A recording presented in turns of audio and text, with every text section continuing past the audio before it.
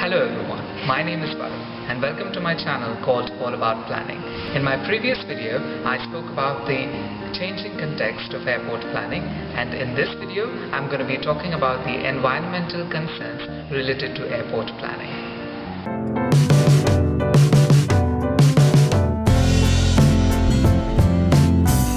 As first-generation jets brought in a lot of noise and smoke to the airport, they attracted a serious criticism over their impacts on the environment. Since then, a lot of impacts have been reduced.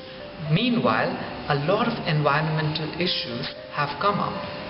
In this video today, I'll be discussing about important concerns at the airport after considering the global impact. Coming to the global concerns, society as a large is concerned over the global environment and the aviation's use of resources.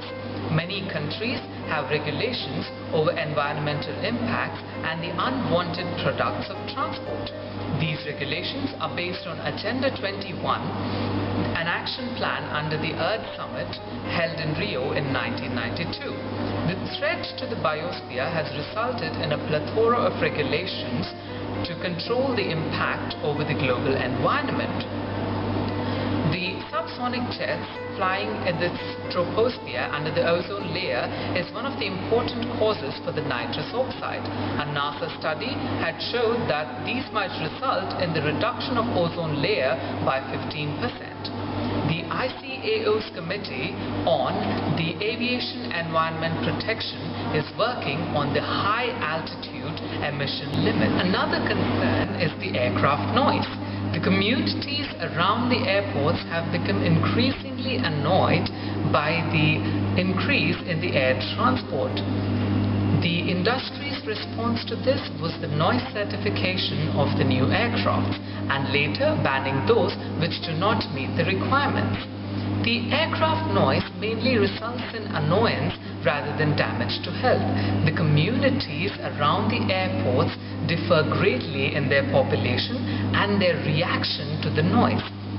This variable reaction results in an uneven control of impacts from place to place. The next important concern is the air and the water quality.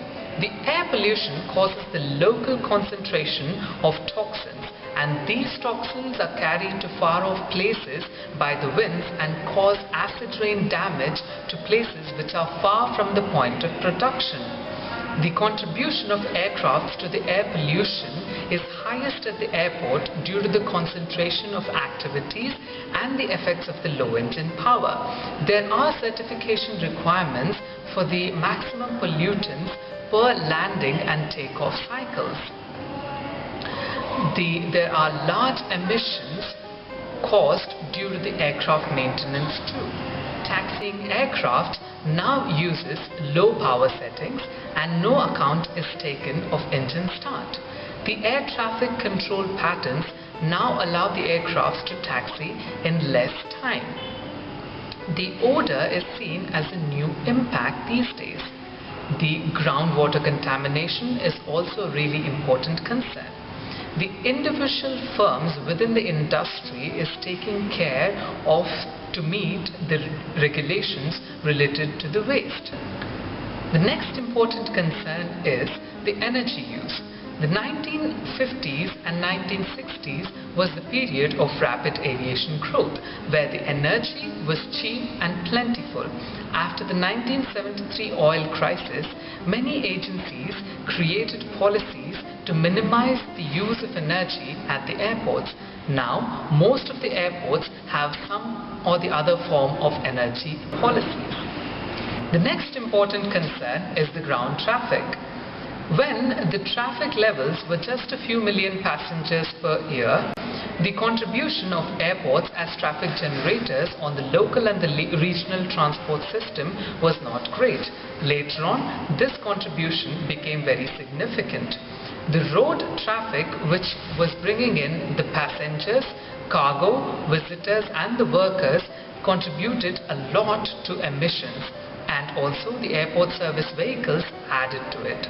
The groundside traffic could be controlled by efficient use and also switching on to less polluting power sources, especially in the case of airport service vehicles. Thank you so much for watching this video. If you like this video, please share it and do subscribe to my channel for more videos. Thank you.